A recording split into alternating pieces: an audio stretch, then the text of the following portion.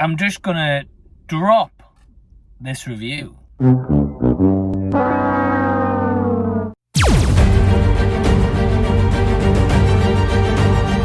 Hey everyone, welcome to the channel. Thank you so much for sparing your own time out to check out this video. I really do appreciate it. I'm here to talk about Drop, the latest movie from Blumhouse, directed by Christopher Landon, who's previously done the Happy Death Day movies and Freaky, so he's very well versed in horror comedies. This is exactly what this one is, with a little bit of that more thriller tint than horror. Essentially tells the story of Violett and Henry, played by Meghann Fahy and also Brendan Sklenar. These two meet after talking and conversing on a dating app for a few months. They get to this really nice lavish restaurant on their first ever date, but she starts to get something called drops throughout, where essentially they're holding her captive, telling her to do anything and everything under their demands, otherwise they're going to kill her son. If you can just switch off your mind, just, enjoy it for what it is, I think you'll have a pretty good time. Meghann Fahy as the character of Violett, she definitely gives the best performance. She's also the one, I would say, who's asked to give the most from her performance, where it is either putting on a happy face or whether she's putting on a facade on a dating app to say, she's this strong, powerful woman, but actually with past experiences, she may not be exactly that. Brendan Sklenar, I was like, right, I've seen this guy before, and it's true. I've seen him in It Ends With Us, most recently last year, and I think he does an okay job here. Not that anyone's bad or he's bad or anything like that whatsoever, but I just feel like he's not really given a whole lot to work with, because Meghann Fahy is the one who is given, of course, the most to work with. But he is definitely, a good supporting character. I will touch on Brendan. I'll finish my thoughts in a second.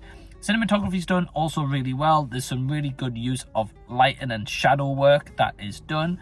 I really like that portrayal of how they executed those shots, where it had those feelings and the shadows as our characters start to feel isolated and claustrophobic in their feelings at that said given moment, and I felt as if the camera work captured that in essence perfectly. I actually really dug those shots, and I can always appreciate when an artist, as you see these directors and these cinematographers and director of photography, can execute a certain style and do it with just such ease. I felt like that's what Drop did.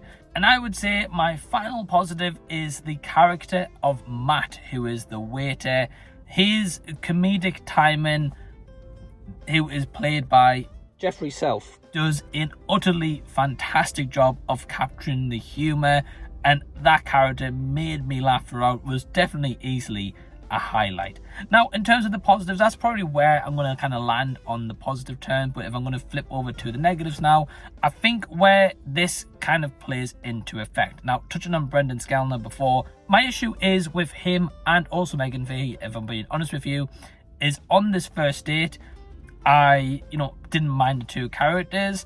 I just didn't feel the chemistry on this first date. It didn't feel as if these two people had been talking for 3 months straight.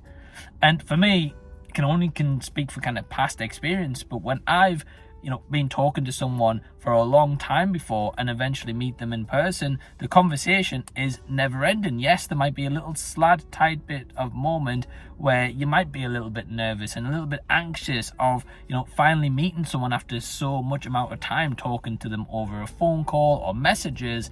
But these two almost felt as if they were on a first date and they were set up on like a blind date and they didn't know anything about one another. That for me was kind of the biggest selling point with Drop, and I think that's where it kind of was let down a little bit, where I didn't feel the chemistry with them. I didn't feel as if these two people had been talking for months, that they've been getting on so well, and they were both anxious about meeting one another.